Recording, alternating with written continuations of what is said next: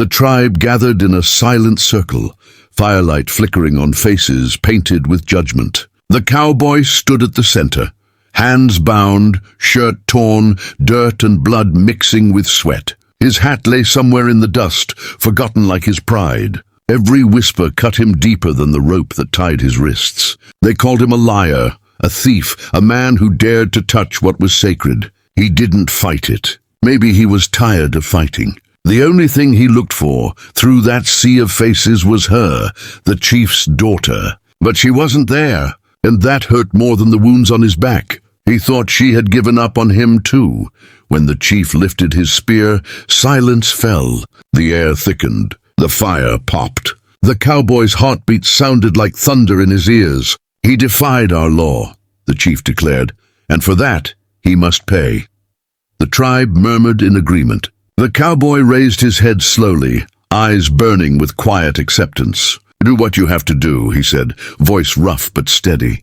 "But know this, I never lied about her."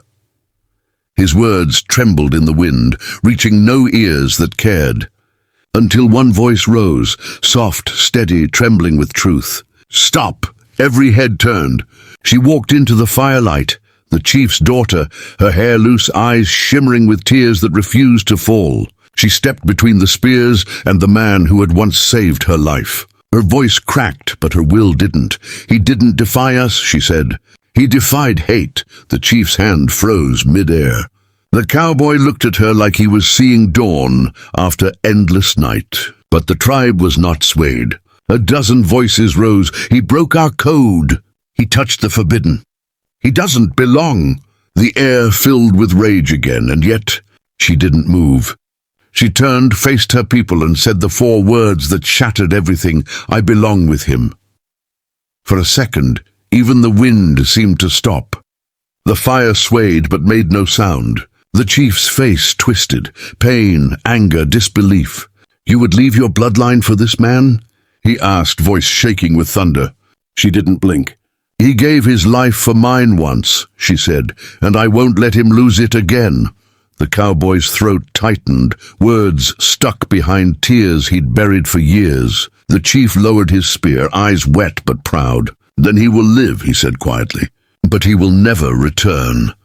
The cowboy turned to her, voice barely a whisper. "You can't come with me. This is your home."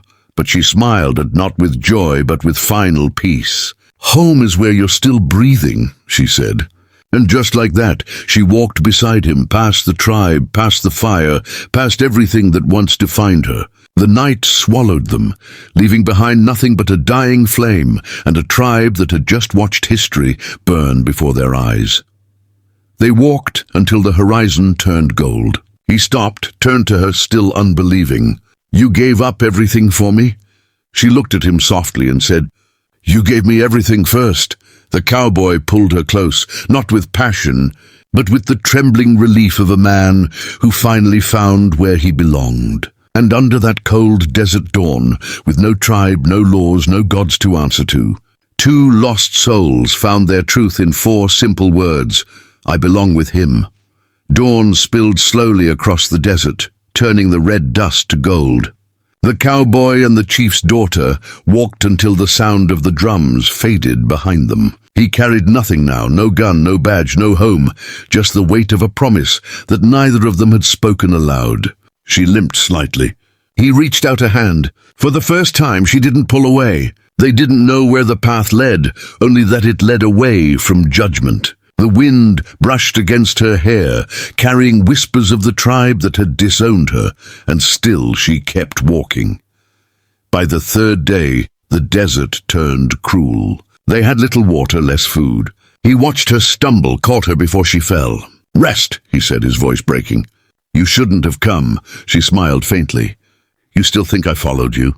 That smile undid him more than hunger ever could. He stared at her, the sun burning behind her shoulders like a crown. "No," he whispered.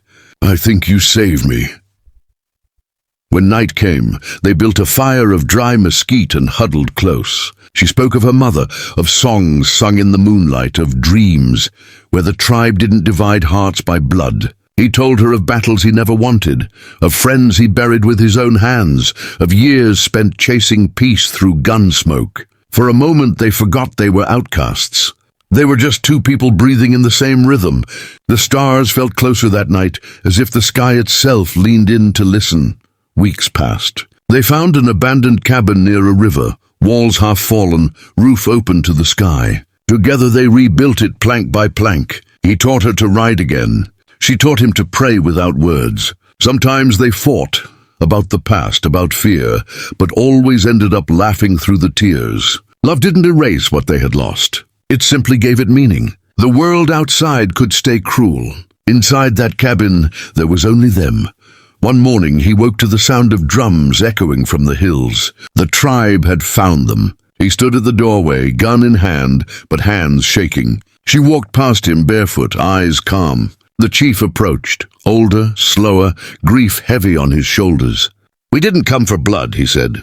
"We came to see if love can survive our pride." She bowed her head but didn't kneel. "It did," she replied softly. "It survived everything." The chief looked at the cowboy, then at his daughter, and nodded once. "Then you are both free." When they left, the cowboy sank to his knees, tears cutting lines through the dust on his face. She touched his cheek. "They forgave you," he shook his head. "No, they forgave us." For the first time since the trial, he smiled, a real, quiet smile that felt like sunrise after endless night.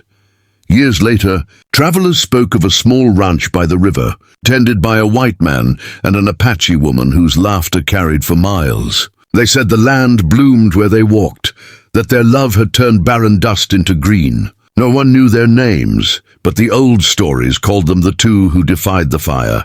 And when the wind moved through the canyons, some swore they could still hear her voice, steady, tender, unbroken, saying those same 4 words that once stopped the world. "I belong with him."